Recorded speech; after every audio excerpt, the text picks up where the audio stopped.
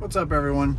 This is going to be a video about 10 things I love about the Model 3. Not going to be in any particular order except for the last one. I have 384 miles on my Model 3 right now, so not that many, but I have some good impressions already. So I'm going to drive around and show you. First one is the navigation. You have a giant screen where you can put in numbers and you have a full keyboard so you can type in where you want to go, or you can use this button for the voice. Navigate to Walmart. And you can see it's asking me which Walmart I want to go to. Drive south on Perth Road for 2 miles. This new update with navigation is nice and smooth. It shows you what road you're turning onto next up ahead. It's got bird's eye view. It's basically the Model S center screen and the binnacle screen, which is in front of the steering wheel, combined into one navigation system. It's really nice. The only bad thing is the directions are way over here to the right. That can easily be placed right over here instead of way over here. I like the navigation. It works really well. It's very accurate right now. I haven't run into too many issues. Next thing would be the music. Push the button and it goes back to the setting where you had it. You can actually swipe it wherever you want, or you can use this button to bring it up different areas. But as soon as you hit the music icon, it drops down to the very bottom, out of the way so you can see the whole map. So if you're listening to a certain song and you don't need this whole menu up here, or you don't need it partially, or even just the middle, the bottom one, you can swipe it away just by hitting this button. And you can still push your songs to the next one by pushing this over, and this is the volume. Now the wipers. The wiper is actually over here. This button right here, you push that once, that will move the wipers once. If you hold it, it'll actually spray, or you push harder, it'll actually spray the fluid onto the windshield. But a lot of people complain in the beginning that the wiper menu is over here. You have to swipe over just to get them to come on, and then you have auto. It looks like you have to do 3 steps just to get the wipers on. You don't. You have them on auto pretty much all the time, but all you have to do, push this button once over here. I'm gonna push it and I'll show you what happened. I push it once and it pulls the menu up. So you can actually change it. You can turn them off if you want to, but it goes right to the menu. It's basically 1 click. It's not 3 clicks away. That is an awesome feature that I love. Next feature is the range. You can see 203 miles. I've been driving a little bit today. It is like 3/4 of the way charged, and I still have 203 miles. Fully charged, this should be 310 miles. That's a huge range. There's virtually no range anxiety in this car. Next is Autopilot. In this kind of driving, it is perfect. I did a whole video on the Autopilot, how well it works, stop and go driving on the highway. My only complaint was these plus and minus buttons on the dash or on the screen, which are in the next update where they actually put them to this dial on the steering wheel. So no longer will you adjust the speed up and down there. You'll be able to do it from the wheel. Also your follow distance from the car in front of you.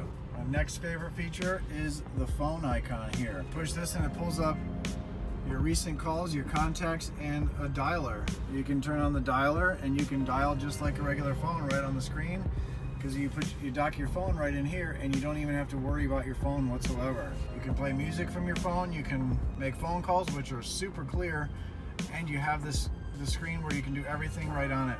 When someone calls, information is there to answer the phone call.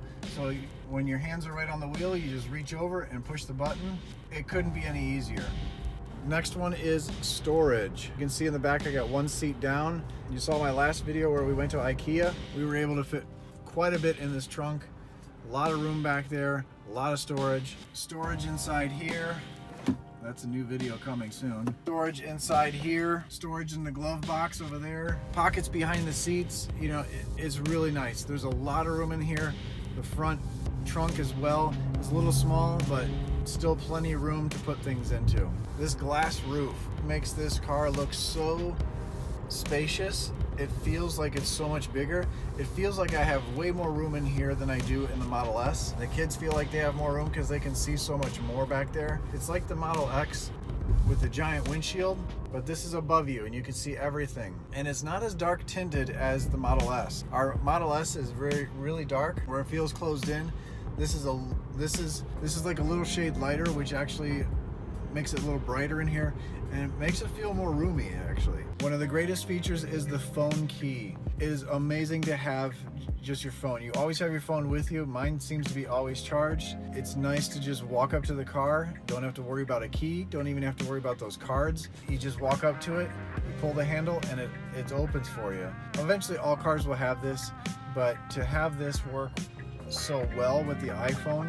The only thing I have noticed though is if you have two Teslas on your app, say if I look at my wife's car, the Model S, and I get out of the app, next time I walk up to my car, unless I put it into the Model 3 section of the app, I can't get in the car. It doesn't automatically open for me, so I have to switch back over to that. It's really based on the car that you have swiped into. It's not always connected to this car, this particular car. So it's kind of a pain because you do have to make sure you're in that app, but since I drive this all the time, it's not a big deal. But my wife got in the car and she couldn't get in, she couldn't get the car to go because it was still on her Model S in the app. So it's something you got to keep in mind. But if you don't have two Teslas, then you don't have to keep that in mind at all. And my number one favorite thing is the visibility. There is so much visibility out of the windshield here. It's so low.